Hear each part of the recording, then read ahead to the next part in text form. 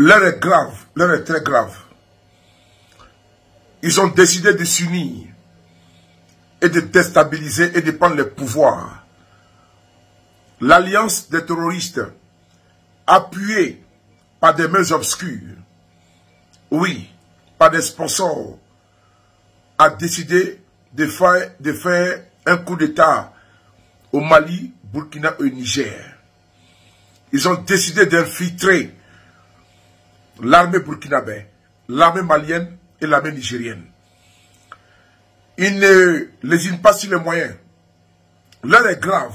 Les groupes terroristes ont décidé, parce qu'ils sont aux abois, déboussolés, de se mettre en coalition pour faire tomber le régime du général d'armée Assimi Goïta.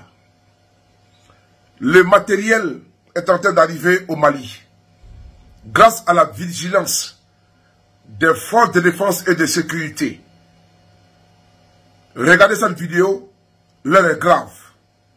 L'état-major général des armées a le plaisir d'informer l'opinion nationale et internationale de la saisie d'une importante quantité de matériel destiné à une organisation terroriste agissant au Mali.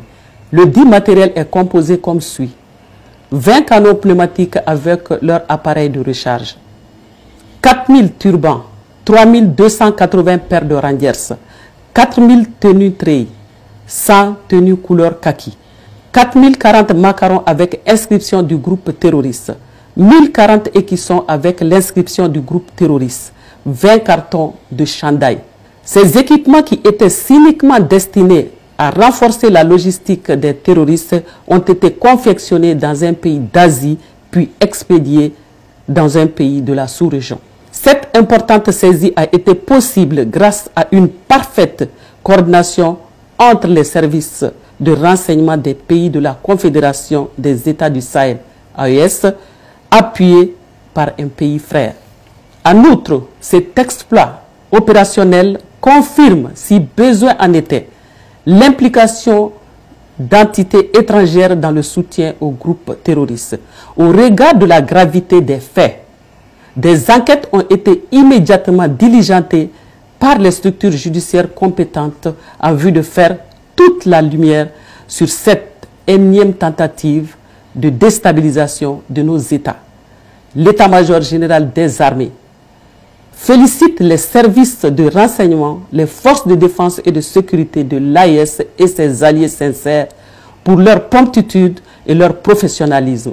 Il rassure qu'aucun effort ne sera ménagé pour le retour de la paix et de la quiétude auprès des populations. Vous avez entendu le communiqué, un communiqué clair, transparent et limpide.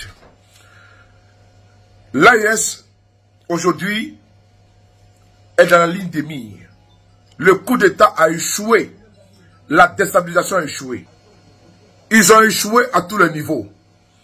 Il y a des pays de la CEDEAO qui ont décidé d'être la porte d'entrée des armes, des tenues militaires, des rangers, des turbans pour les terroristes.